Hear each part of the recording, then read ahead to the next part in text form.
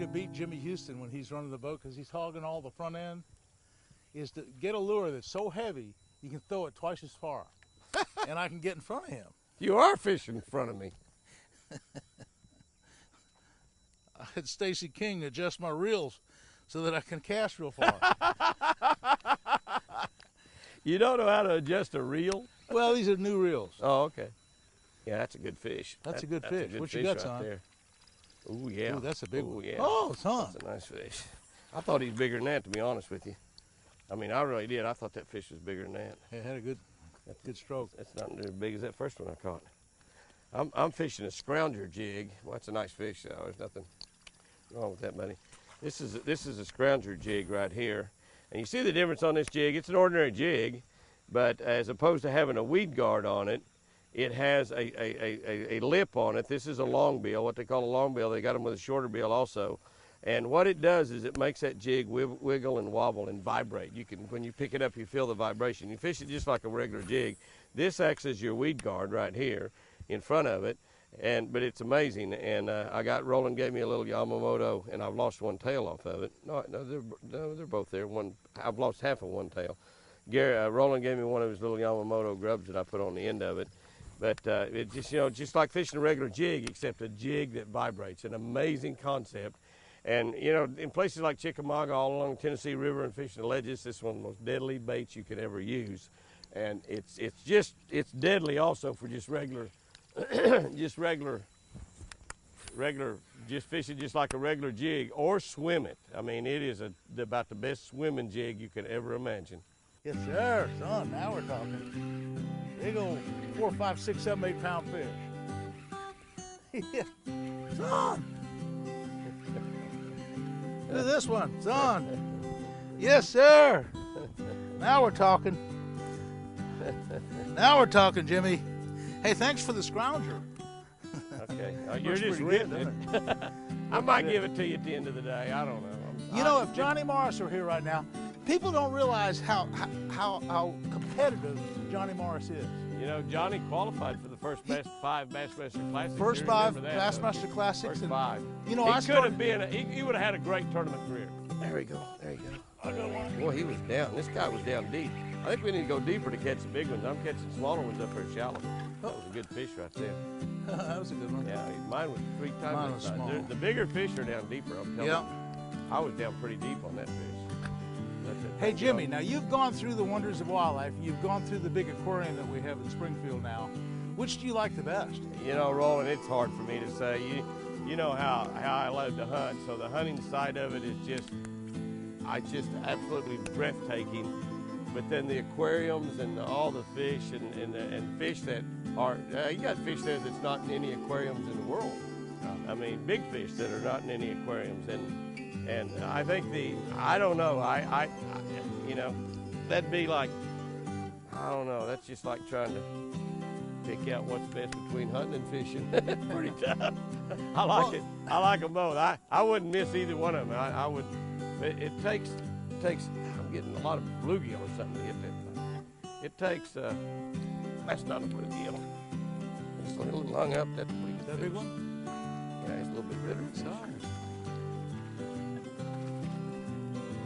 I'll tell you, they like that vibrating jig. Yeah. It vibrates like a chatterbait, but it doesn't have a blade on it. And you can fish it like a regular jig. Boy, they're eating it too. This thing's got it way down. Mercy. You can fish it just like a regular jig. I don't even worry about that bill being on there. Oh, I got one, son. Well, that scraped my line all to pieces. I've got to retie. That's a good fish. Pretty nice one, isn't it? Oh, right at the boat. Quick release.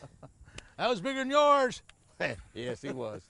I'll admit. I got to retie mine. Another one hit it. I finally got into kind of a relatively narrow type area where Roland can throw to the other side. And I did that for the specific purpose of him not throwing a mile in front of the boat. I got Roland fishing one side and I'm fishing the other. I may just stay in this little tight area all day long. And this well, that doesn't mean, though, that I can't throw in front of you. But you like it over there. But this is pretty neat throwing in front of you. I like that. Oh, my gosh. Oh, my gosh. It's a mile down there. We're both tournament anglers, and we know the importance of having that first cast. However you get the first cast, whether it's been by running the trolling motor like Jimmy's doing, or by me throwing over his line and down the bank. Either way, you got to get that first cast in. Jimmy, I can't reach the other side. Yeah, I know. I'm sorry, I'm going to encroach on your water. Down the bank as far as I can throw. I love it. Jeez. You got a big one? No, I don't think he's real big, but he's right there on that point. No, it's not too bad. No, he's not bad. Hey, no, the one I had, now I swear, the one I had came off, and that little bitty tiny one got it. I swear, I had a pretty nice one on. Really? He came off, and a little tiny one come up and got it. Oh, it's a pretty good one. It seems like that it doesn't affect it much. Right. Yeah, your lake, Jimmy, is great. It's got a lot of good-sized fish like this lake. How big is that fish there you got on? Nice one. Not bad. Good fish. Couple pounds. We're not getting any real big fish. No, I keep kind of moving Well, down a tell little us deeper. how big a fish are in this lake? Oh, as long as your arm. There's some 5 and 6 pounders. Oh yeah, as long as your arm. Still getting the little ones to hit it, even though I moved to a bigger these trailer. Are some smaller fish. And he ate one of my pinchers. That small fish. You know, there's a real testimony. He's talking about conservation. We're doing a catch and release deal, and we're actually getting a big award tonight for conservation in general. But both Jimmy and I do nothing but catch and release. And one thing we always do when we catch a fish, no matter what size it is, we look in his mouth and to see if he's been caught before. That's right. And that fish right here, if you notice, it doesn't mean much, has been caught before. There's a hole in his lip right there. And you can see that he's been caught. Not that it's a big fish, but when you get down to Lake Okeechobee and you catch those 8 and 10 pound fish, sometimes you find 2 and 3 hook marks from previous anglers catching and releasing that same fish. So just think of the pleasure that's brought 2 or 3 people. And so catch and release is such an important thing. And nowadays, if they want to mount a fish, they can always have a replica made that actually is better than mounting, because it'll still look the same 20, 30, 40 years from now. It'll still look like a brand new fish mount. All you gotta do is keep the dust off of it. That's all you gotta do. Well, you don't have to keep the dust off it.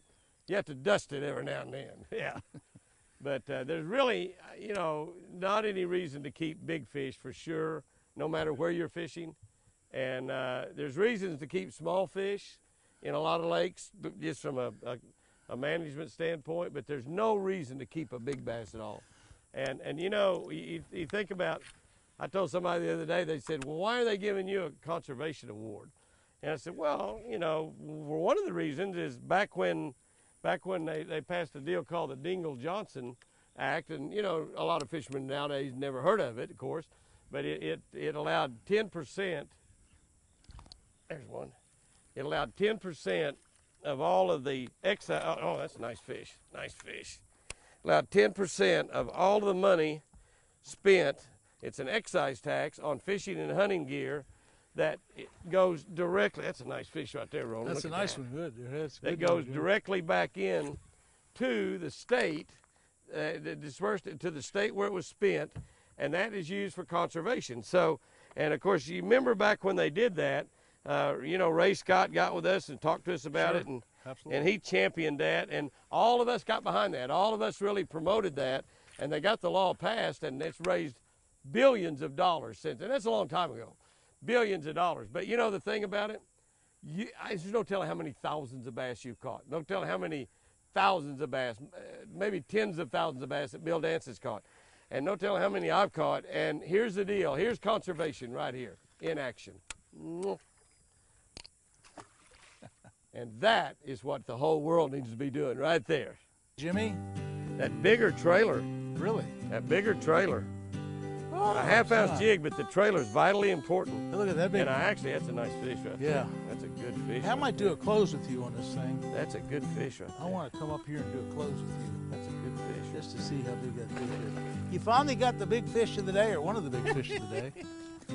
I ain't got him yet. Oh, son. Got him now. I'll tell you what, folks. I've got him vibrating jig did the job. Hey, well, thank you, Jimmy, to Roland, you know, I even changed color. I put a blue one on there, a blue flake. But look at that fish. That's a big old fish right there. You want to give it some sugar?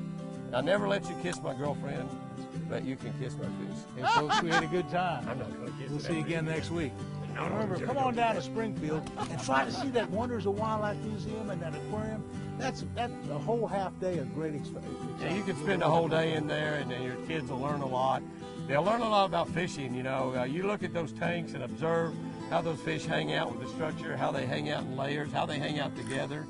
It's a learning experience and a teaching experience, and all the different animals they can learn to identify animals of the world.